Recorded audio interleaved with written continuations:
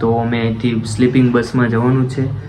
અમે લગભગ મહિનોથી અગાઉ બુકિંગ કર્યું હતું, પણ ફાઇનલી આજ ડેટ આવી ગઈ છે. તો મેં વિચાર્યું કે જઈએ છીએ તો સાથે સાથે બ્લોગ પણ આપણે બનાવી જ નાખીએ. તો આપણે જઈએ અહીંયાથી બહાર. વિડીયોમાં બન્યા રહેજો. સવારે સૌ પ્રથમ કયું ધામ આવે, કયું સ્થળ આવે એ મને ખબર નથી. આપણે જઈએ ને અત્યારે બસમાં બેસી જવાનું છે, પછી જોઈએ છીએ ક્યાં લઈ જાય છે. જ્યાં લઈ જાય ને આપણે બ્લોગ સ્ટાર્ટ કરશું. જો સમય તો આ એક બ્લોગમાં તો મને નથી લાગતું કે 2 દિવસનું સફર આમાં પતે એવું નથી લાગતું. એટલે હું 2 વિભાગ ચલાવીશ. જો આ વિભાગ પૂરેપૂરો જોજો અને કદાચ નેક્સ્ટ આવી ગયો છે તો જોઈ લેજો, અને કદાચ નથી આવ્યો તો જોવાનો ભૂલશો નહીં. તો હું જયેશભાઈ જોરદાર આગળ વધી આપણે બ્લોગ સ્ટાર્ટ કરીએ. મિત્રો બસ આવી ગઈ છે અને બસ હવે અમારી નામ બોલે એની વાટે રહેવાનું છે. પછી આપણે બસમાં બેસી જવાનું છે. ઘરેથી તો આપણે ચાલીને આવ્યા છીએ, પણ હવે બસમાં બેસી જવાનું છે અને તમને ફૂલ મજા આવી જવાની છે. અત્યારના વાગી ગયા છે 12 જેટલા તો વાગી ગયા છે. એટલે આપણે બસ પર જઈને ડાયરેક્ટ સૂઈ જવાનું છે. પછી ડાયરેક્ટ આપણે સવારમાં જે પણ પહેલું ધામ લઈને આ મળશું. તો ગુડ મોર્નિંગ, રામ રામ, સીતારામને, જય માતાજી બધાને. ભાઈ બસમાંથી ઉતરી ગયા છીએ, હવે જઈએ છીએ ફ્રેશ થવા. ફર્સ્ટ ધામ છે તે કાલાવાર રણુજા લીધું છે. તો એ પહેલાં આપણે નાહી ધોઈને ફ્રેશ થઈ જઈએ, પછી હું તમને બતાવું મંદિર. તમે ચેનલને સબસ્ક્રાઈબ ન કરી દો, સબસ્ક્રાઈબ કરી નાખજો. વિડીયો ગમે એટલે શેર કરજો. હજી તો ફૂલ મોજ આવવાની છે અને ઘણા બધા એના ભાગ આવશે. ફાઇનલી આપણે નાહી બાઈને થઈ ગયા રેડી. તો આપણો લુક કંઈક આવો છે. હવે આપણે જઈએ બહાર દર્શન તરફ. નાહી બાઈને રેડી થઈ ગયા છીએ. કાલાવાડ રણુજા પહેલું સ્ટેશન છે, પહેલું ધામ. રૂમનો આ કોઈ ચાર્જ લેવામાં નથી આવતો. નાહવા ધોવાનું એકદમ ફ્રી છે. અને બીજી વાત કરીએ તો હવે આપણે દર્શન તરફ જઈશું.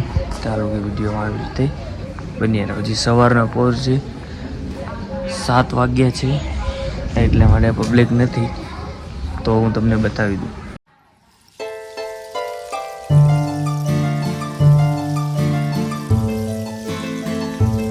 રામદેવજી મહારાજ અન્નક્ષેત્રનો.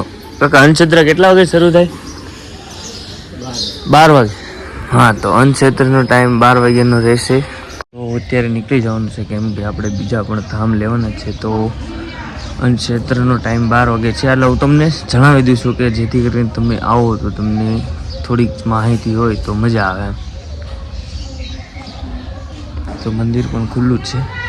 આપણે જઈએ દર્શન તરફ.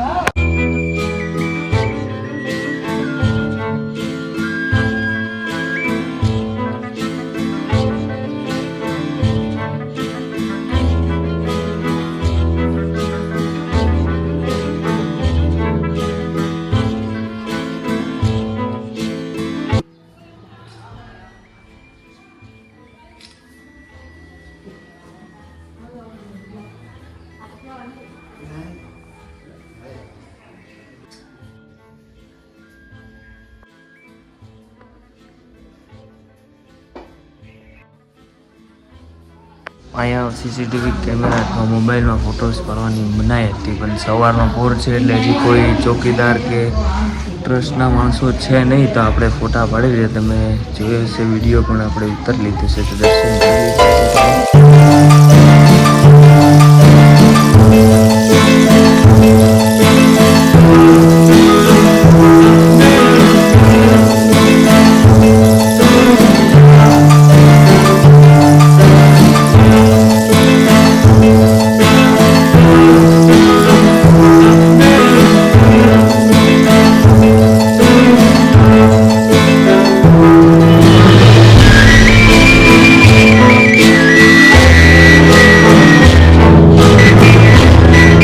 મિત્રો કાલાવાડ રણુજાના તમને મેં દર્શન કરાવી દીધા અને જે કંઈ બતાવવા જેવી વસ્તુ હતી એ તમને બતાવી દીધી. તો હવે અહીંથી જાશું મેં નેક્સ્ટ ધામે, કે જે કયું લેવાના છે એ તો ખ્યાલ નથી મને પણ, કેમ કે જે લેશે ને આપણે તો અત્યારે બસમાં આવ્યા છીએ. તો કંઈક લેન વાઇઝ ધામ જે રીતે આવતો હોય ડ્રાઈવર ભાઈ આખશે ને લેશે. વિડીયોમાં આવી રીતે રહ્યો. તમે અહીંથી જાઓ આપણે બીજા લોકેશન. હજી તો અહીંયા થોડુંક બાકી છે. બજાર જે કાંઈ છે થોડુંક તમને બતાવી દઈશ. તો મળીએ.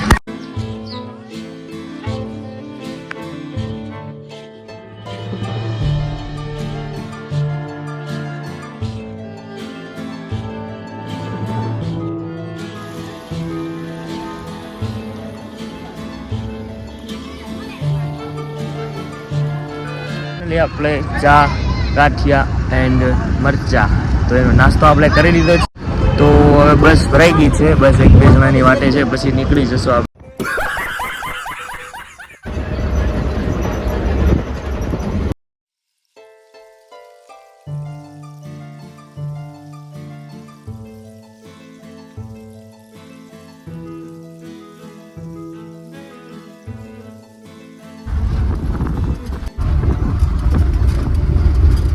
એ પેલા રસ્તામાં એક બાપુનો આશ્રમ હતો, તો ત્યાં વિચાર્યું કે જમવાનો હોલ્ટ કરી લઈએ. તો અમે અત્યારે અહીંયા બસ પાર્કિંગ કરીને મસ્ત મજાનો એક રેસ્ટ કર્યો છે. લગભગ ઓખા આજુબાજુ છીએ. બસ અહીંયા હવે જમવાનું જે કાંઈ બનાવે છે એ જમી બમીને પેટ પૂજા કરી અમે જ્યાં જમવા રોકાયા એની સામે એક હોટલ છે, તો ત્યાં થોડી વાર રેસ્ટ કરવા અને સોનાપડા પીવા ઉતાર્યા. બાળકો જુઓ તમે મોજ કરે છે બધા.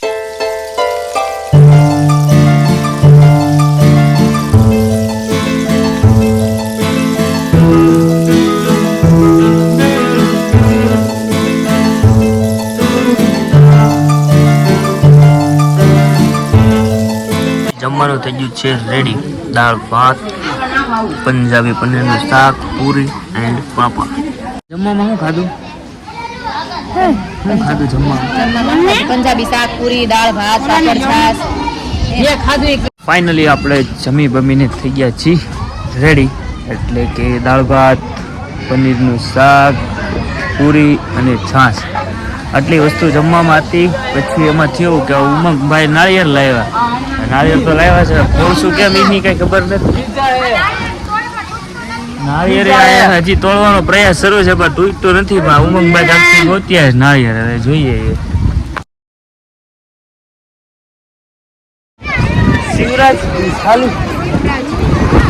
શિવરાજ બીચ આવી ગયા છે. મને લાગ્યું જોતા એવું લાગ્યું કે કાંઈ બહુ જામે એવું હશે નહીં, પણ તો અહીંયા આવ્યા પછી ખબર પડી કે અહીંયા તો બહુ જોવા જેવું હતું ને ભાઈ, એકદમ ગોવા જેવી ફિલિંગ આવે.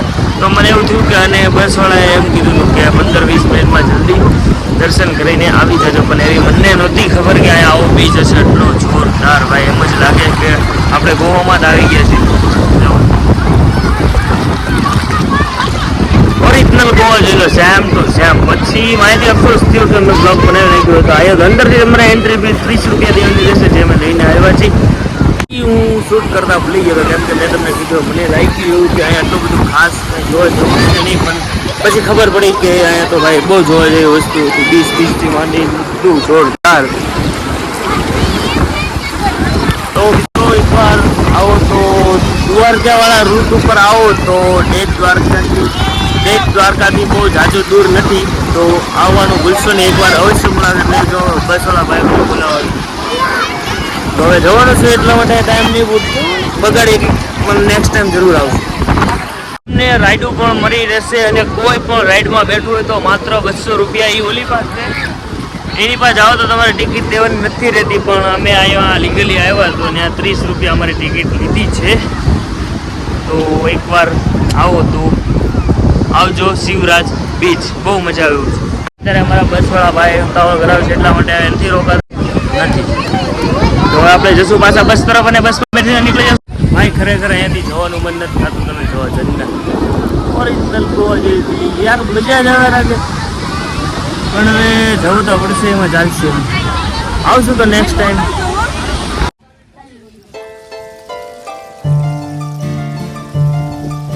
અમારી પાછળ બનાવ્યા તો છે ટિકિટ બારી. ત્યાં 30 રૂપિયાની તમારે ટિકિટ લેવાની રહેશે. અમે લઈ લીધી હતી. પણ જો તમે અહીંથી જોવો તો તમને લાગે નહીં કે અંદર એટલો બધો સારો બીચ હશે. ફર્સ્ટ ટાઈમ આવો એટલે કદાચ આવી ગયો તો કાંઈ પ્રોબ્લેમ નહોતા. સારું, ચલો હવે જે થયું. પણ હવે નેક્સ્ટ ટાઈમ આવશું તો જોરદાર બ્લોગ બનાવશું ને બધી રાઇડોમાં પણ આપણે બેઠશું. અને જો વિડીયો સારો લાગ્યો તો અમારે જયેશભાઈ જોરદાર બ્લોગ સબસ્ક્રાઈબ કરો, બેલ આઇકન દબાવો, વિડીયો બન્યો એટલો શેર કરો. હા, તો પાર્ટ 2 જોવાનો ભૂલશો ને મિત્રો.